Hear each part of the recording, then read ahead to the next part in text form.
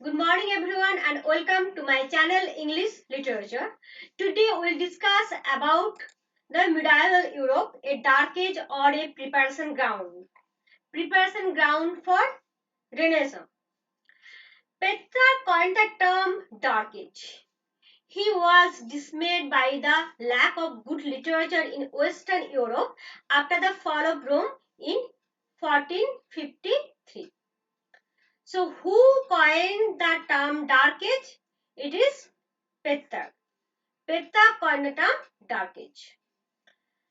We often consider that Middle English period a dark epoch for the history of literature due to the lack of sustainable progress and development.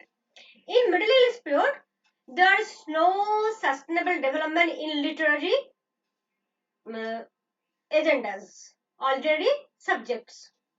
Today we will discuss if we can consider this age as a dark age or a preparation ground for a new age.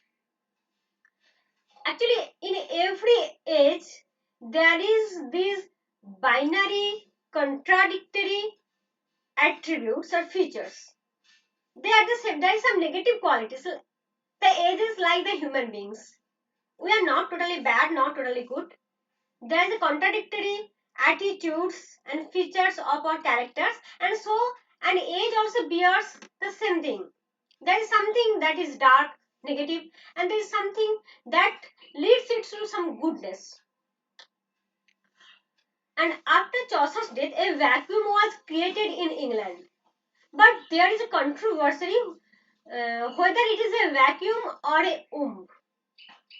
We can call it a vacuum, nothing, but you also can call it a a preparation for a new birth, and that is Renaissance.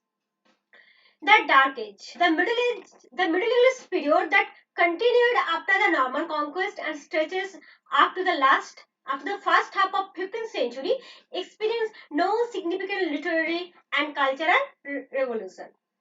And medieval stagnation. Actually, people call it dark age because of the stagnation, the characteristic of remain confined within. The medieval conception of the universe that the earth is at the center. What was the medieval concept of the universe? That earth is at the center and sun is and others all are surrounding it. But later it will be proved wrong, and that planetary influence upon human beings. It is still also popular in this theme that our fate, our life, everything is determined and controlled by something inhuman. Something in the sky, there is some stars and planets. That's why till now we, the modern people, wear so many things in our fingers to just um, get the control over those planetary objects, those who are controlling our lives.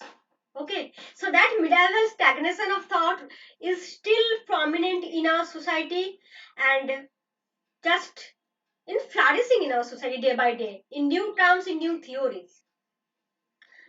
So what is the progress? Now come to the point. Other aspects of human values were neglected and abolished. The struggle was already there in human mind, the doubts, the queries, but they cannot muster the courage to express. This time, England was just war ravaged. We are talking about Europe, but particularly our focus is in England. England and external skirmishes tore England apart. The Hundred Years' War with France and series of civil wars between the two royal parties drained the energy and vitality of the country.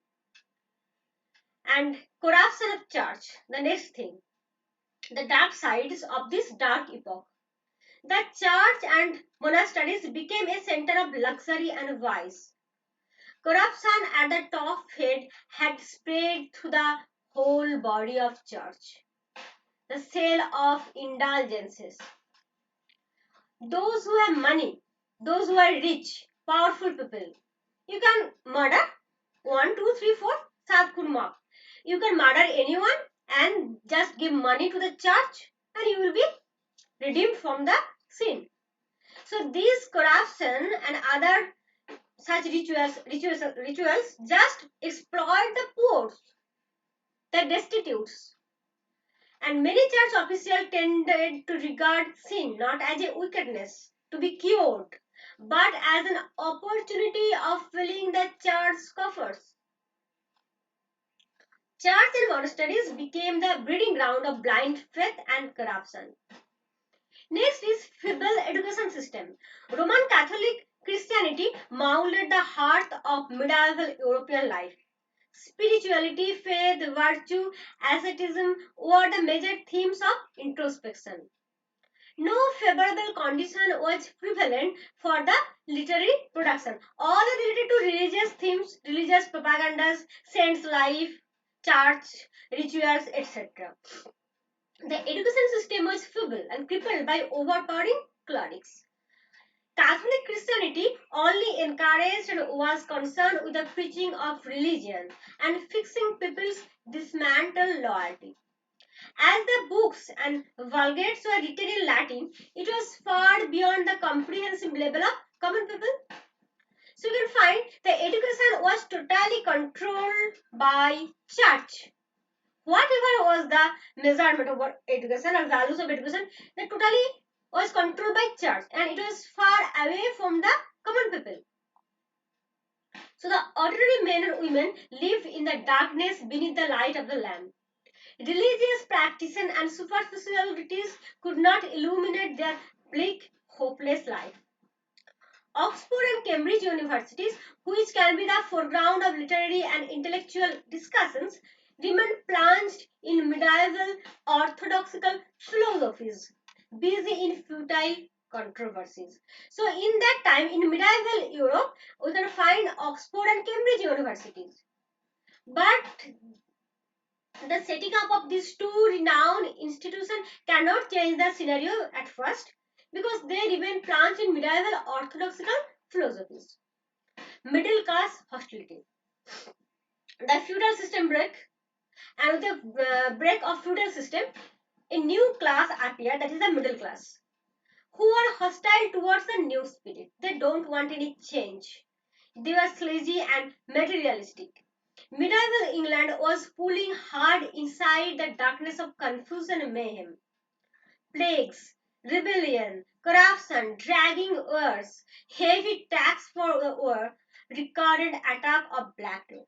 All these confusing and all these adversities just put the life of common people in her situation. Social contrast. On the one hand, penury, and on the other side, peasantry. I have already told that the church, they were just enjoy the luxury. Church, nobles, kings, they just only enjoy the luxury. And the rich people. And common people, those who have no power, no money, they are just deprived and distressed. Common people are squeezing under the pompous life of churches and monasteries. This negative situation keep no ground for the development of literature. Now, how we just discuss about the negative sides. Why we can call medieval Europe and as well as Middle English period in England as Dark Age. Now we'll discuss how we can tell it term it at the same time as the preparation ground for Renaissance. How Middle English period helped in Renaissance. Because Renaissance cannot come abruptly in one day or 1 year. So there is a preparation going on underneath this dark, hazy situation. Renaissance came ushering the dark land. It was like a new dawn. A new conception of humanism was stirring people's mind for greater possibility. Medieval Europe was preparing its field for a better harvest. Now, we have already told that Oxford and Cambridge universities were set up. These two major universities, Oxford and Cambridge, they are set up. At first, Oxford University was built near 11th century, and then there is an internal dispute which led to the foundation of Cambridge University. So, now the Oxford and Cambridge universities were set up to encourage the study of Christian literature. The primary goal of setting up this university was to study Christian literature. But very soon these universities encouraged discussion and interpretation of critical thinking. So first step towards Renaissance or new knowledge. Reformation. What is Reformation? Reformation means reformation of religion. During Middle Age, there was a growing hostility and dissatisfaction towards the church. Black Death, long drawn wars degraded the common lives to utter poverty and helplessness. There is fuming a deep hostility and antagonism towards religion and government. Religion and government cannot save the penury and poverty-stricken condition of the common people. At this time, Roman Catholic Christianity was at supreme power. The church and the clergymen enjoyed unquestioned loyalty and authority. They commanded enormous wealth and property. The church precincts became the breeding ground of corruption and abuses. People gradually get disillusioned by the sermons which they preached, which they used to preach, but did not follow themselves. A secular spirit started blowing over the mind of England, a growing interest towards humanism and desire to question the orthodox belief. So people have started questioning. In John Wycliffe, this question and queries found their voice. He spoke against the monopoly of the church. John Wycliffe was an English philosopher and theologian and seminary professor at Oxford University. So the question that was gathering in the people's mind also stirred his thoughts. He is regarded as the predecessor of Protestantism in England. He questioned the privilege, the luxury and profligacy of the clergyman. He translated Bible. That is very important into vernacular language. That is called Wycliffe's Bible. And after this, what happened? Before this translation of Bible was under the monopoly of church. Only those who know Latin can read it. So they can interpret it in any way, keeping their self-interest intact. But when Bible is translated into vernacular language and it become accessible to all the common people, then common people can read Bible and they can interpret it. So they cannot be cheated anymore. So that was the importance of translation of Bible. Wycliffe's Bible was completed around 1384. You have to keep it in mind. Wycliffe's Bible was completed around 1384. But there is controversy regarding whether he completed the Bible before his death or after his death. His followers or associates, they completed it. Anyway, the Bible was a miraculous gift for the English people. The Latin line that segregated the Bible from ordinary people's reach was erased after it. The invention of the printing press and the translation of the Bible in vernacular language made it easy to circulate new thoughts and ideas among the common people. In the meantime, there is the invention of printing press and Caxton and Caxton printing press. What happened?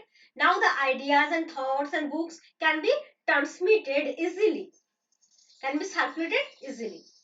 In Northern and Central Europe, Martin Luther, John Calvin were working against the papal authority and dictatorial rule of the church. So, you can see that throughout the Europe, the Reformation, something changed. The same spirit, the same wind was blowing. And the fall of old feudal system. With the fall of old feudal system, the Roman Catholic Church and feudalism, England was going towards an age of transition and social unrest. The old feudal system that was gained its authority during Norman conquest and that gradually crumbled down. But the showy magnificence of chivalry was prominent even in the court of Edward III.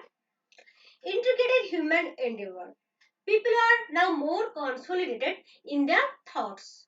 A growing popularism for humanism sprouted this time. Shift of thought from till in medieval English all the thoughts are centered on God. So we can found a shift of paradigm from God to man. So this shift, this importance on humanism, individualism, get prominence in this time. Of course, this age is marked by political unrest, social chaos, ravaging warfare, and there was no significant literary development or production of literary pieces. But it was at the same time a preparation for a greater hope, a settled dynasty, religious stability, progressive prosperity, and spirit of renaissance. So Middle English period that in England was from 1066 to 1500. It was a preparation ground for Renaissance that we will talk about 1500 up onwards. And we have to talk about read about Renaissance in details because it is very important for us. Actually, Renaissance is a bridge between the Middle English period and modern. So bridge must be very sturdy. So who will cross in the modern will not fall. Okay, thank you. Bye.